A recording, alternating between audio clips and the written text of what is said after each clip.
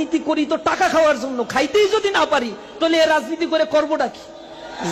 যারা খেতে দিচ্ছে না এখন তাদের ধরো, তাদেরকে বলো এরা জঙ্গি, এরা মুক্তিযুদ্ধ বিরোধী, এরা দেশ বিরোধী।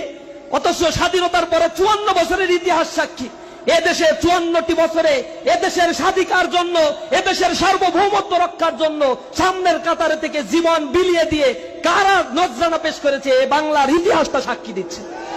ইসলামী ছাত্র শিবির বিদেশে টাকা পাচার করে না, ইসলামী তার ছাত্র শিবির ধর্ষণ করে না, ছিনতাই করে না, খুন করে না, রাজধানী করে না।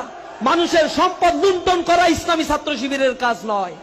ইসলামী ছাত্র শিবির মানুষকে ডাকে সূচিত হন এক কালামুল্লাহর দিকে, যে কালামুল্লাহ মানুষকে একমাত্র মুক্তি দিতে পারে।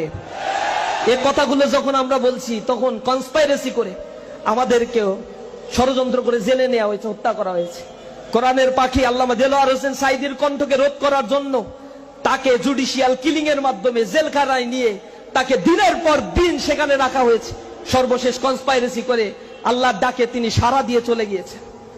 এখানে শহীদ আলী হাসান মোহাম্মদ মুজাহিদ ভাই আজকে